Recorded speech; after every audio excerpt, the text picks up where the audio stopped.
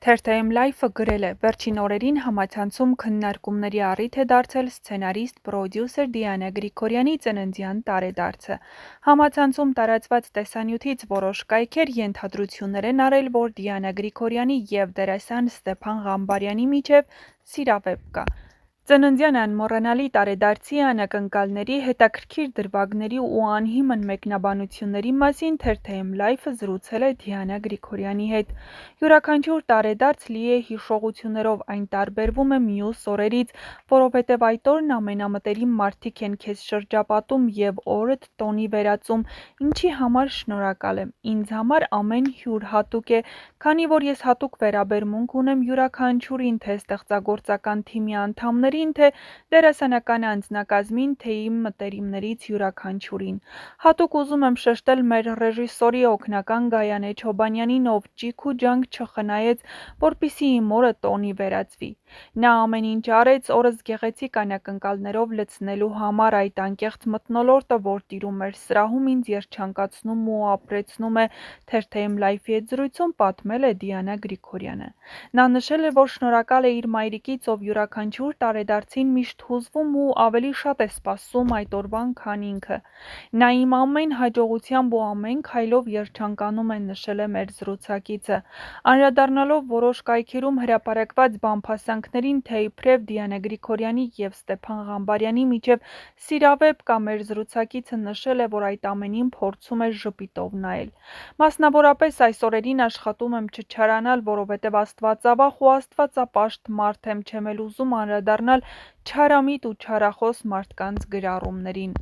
Ինձ համար շատ զարմանալի է այն մարդիկ, ովքեր նման բաներ են գրում, նրանց չեմ կարող լրագրող անվանել, որովհետև անհասկանալի նվնվոցով ներկայացնում են բաներ, որոնք նույնիսկ չեմ կարող նկարագրել, վերծանել կամ մեկնաբանել։ Քանի որ Ստեփան Ղամբարյանն իմ վերջին զանգը հեռուստասերիալում մարմնավորում է գլխավոր հերոսներից մեկին, նա նաև հրաշալի հանդիսավար է, ծննդյանս արարողության կարևոր կենացները խնդրեցի, որ ինքն ասի։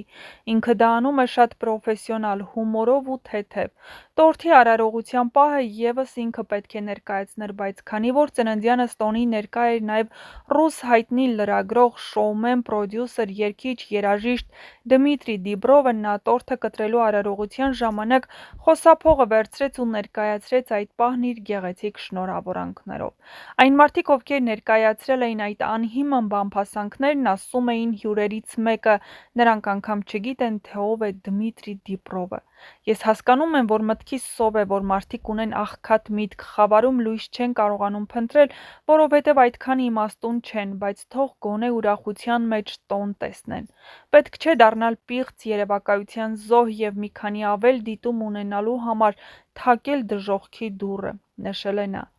Ամփոփելով, Դիանա Գրիգորյանը հորդորեց, որ մարդիկ փորձեն ճիշտ ու ազնիվ ապրել։ Թող ինչ-որ կերպ կարողանան իրենց գումարն արդար վաստակել, այս կամ այն մարդուն սևացնելով, գումար վաստակելն ու սնվելը ճիշտ չէ։ Մարդու ուրախությունը փորձել պղծել, կարծում եմ, անմարդկային է, եզրափակել է նա։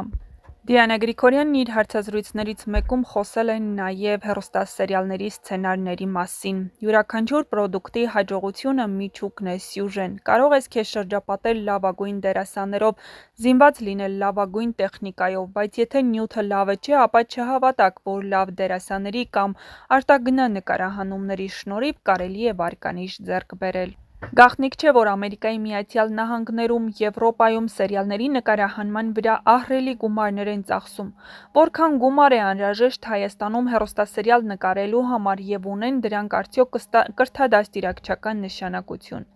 Դաստիարակությունը միայն այն չէ, որ երեխային ասես սա կարելի է, սա չի կարելի։ Երբ ասում են, որ սերիալներ դիտելով երեխաները վատ բաներ են սովորում,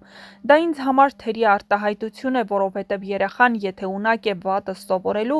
ապա կարող է բարեկամից, հարևանից, մանկապարտեզից, դպրոցից, ամեն տեղից սպունգի նման վատը կլանել։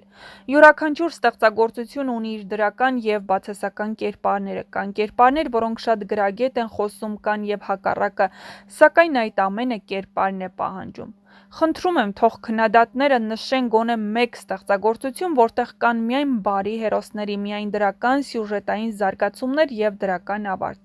Այդպես նույնիսկ հեքիաթներում չի լինում։ Այսօր հեռուստացույցը մեզ մշտապես չի ուղեկցում, և մենք ունենք հնարավորություն պարզապես երեխային չթույլատրել, որ նայի այս կամ այն հաղորդումը կամ սերիալը։ Եթե մարդիկ սերիալներից են բողոքում, ապա թող մտածեն, թե ինչպես իրենց երեխաներին պաշտպանեն համացանցային աղբից։ Ինչ վերաբերվում է բյուջեին, Հայաստանում անհամեմատ քիչ գումարով է հեռուստասերիալ նկարահանվում։ Ես մշտապես զարմանում եմ, երբ մեր սերիալները համեմատում են Ամերիկայի Միացյալ Նահանգներում նկարահանվող սերիալների հետ։ Այնտեղ մարդիկ ահռելի ֆինանսներ են ներդնում ամեն էպիզոդի համար։ Հայաստանն իր տնտեսությամբ երբեք չի կարող մատուցել նման հեռուստաարտադրանք։ Ես միայն կարող եմ ասել, որ մեր նկարահանած սերիալները ոչնչով չեն զիջում Հայաստանում նկարահանվող գեղարվեստական ֆիլմերին, նկարահանում են նույն տեխնիկայով, խաղում են գրեթե նույն դերասանները, ասեմ ավելին, գեղարվեստական ֆիլմերի սյուժեն երբեմն զիջում է սերիալային սյուժեին։ Դերասանների հետ աշխատելը հեշտ է, թե դժվար։ Հրաշալի է աշխատել հատկապես ավագ սերնդի դերասանների հետ, իրենք սովորեցնում են, իրենցից վարակվում ես էներգիայով, ծիծաղով ու լավատեսությամբ։ Իհարկե կան նաև ավագ սերնդի դերասաններ, ովքեր չնայած պատկառելի տարիքի չեն հասել մեծ հաջողությունների և նախանձով են լցված երիտասարդ դերասանների հանդեպ և խորհուրդ են տալիս չնկարահանվել սերիալներում, քանի որ դա ըստ իրենց բացասական կանդրադառնա երիտասարդ դերասանների վրա։